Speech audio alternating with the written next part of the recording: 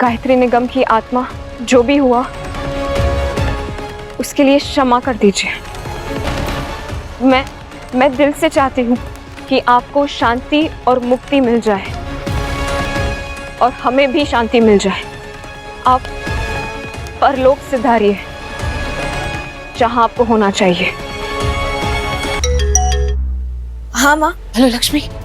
लक्ष्मी, मुझे अभी भी पता चला है कि रघुवीर कोर्ट में ही फंस गया है। वो तुम्हारे पास नहीं आ सकता बेटा।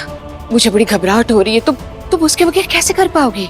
नहीं माँ, आप फिक्र मत कीजिए, लेकिन आज मैं पीछे नहीं हटूंगी। जिया से आज कन्फेशन लेकर जाऊंगी। अगर लक्ष्मी तुम वहाँ पे अकेली हो, कैसे कर पाओगी? अकेली कहाँ हूँ मैं? हाँ, आप सब है ना मेरे साथ। आपकी दुआओं से तो मुझे हिम्मत मिलती है। कुछ नहीं होगा मुझे, आप परेशान मत होइए। बस ये समझ लीजिए कि आज जिया का खेल खत्म।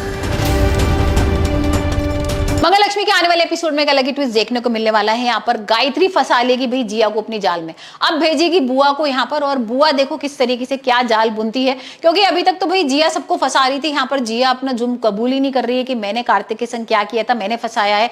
और भाई जब तक वो कबूलेगी नहीं तब तक यहाँ पर कार्तिक को जेल से बाहर नहीं निकालेंगे। और हम देख ही रहे हैं कि सुनवाई की डेट बहुत जल्दी आने वाली है।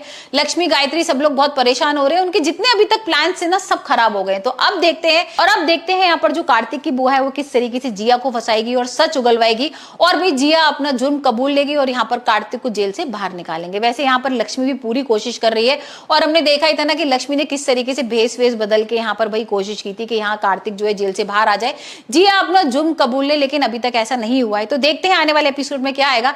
हाल फिलहाल तो यहाँ पर भाई हम देख रहे हैं कि जो मंगल है उसने फंसा लिया है सोमिया को अपनी जाल में। अभी तक तो भाई सोमिया फंसा रही थी मंगल को, हम देख रहे थे किस तरीके से कुसुम को मेंटल असाइनमेंट भेज दिया था। यहाँ पर उसके दिन क्या हालत हो रही थी, मंगल किसी तरीके से उसको बहला फुसला के लेकर भी आ जाती है। लेकिन अब मंगल के सामने ये सच आ गया कि भाई जो खाना पीना सब दे रही थी ना सोमिया, उसके अंदर कुछ केमिकल मिला रही थी। अब वो जो केमिकल था, अब वो लड़के को भी पकड़ लेगी जो यहाँ पर घर पर डिलीवरी करने आया था, और उसके सामने सच आ गया। अब यहाँ पर सरस्वती जी की पूजा है, बसंत पंचमी का मौका है, सारी जिम्मेदारी मंगल ना सोमिया को देती है कि तुम्हें प्रसाद बनाना है। प्रसाद बनाती भी है, लड्डू बनाती है, वो लड्डू बनाती है जिसमें केमिकल सबसे ज्यादा होता है, और वो कुसुम को देने वाली होती है। अब मंगल ने तो सब कुछ पकड़ ही लिया है ना। अब यहाँ पर मंगल कहती है कि जिसने पूजा की है ना उसको सबसे पहले प्रसाद खाना है। सोमिया खाने को तैयार ही नहीं है, क्योंकि उसको पता है अगर उसने खाया तो उसमें तो जहर मिला हुआ है, उसको बेहोश हो जाएगी, तबियत खराब हो जाएगी और सारा सच सामने आ जाएगा।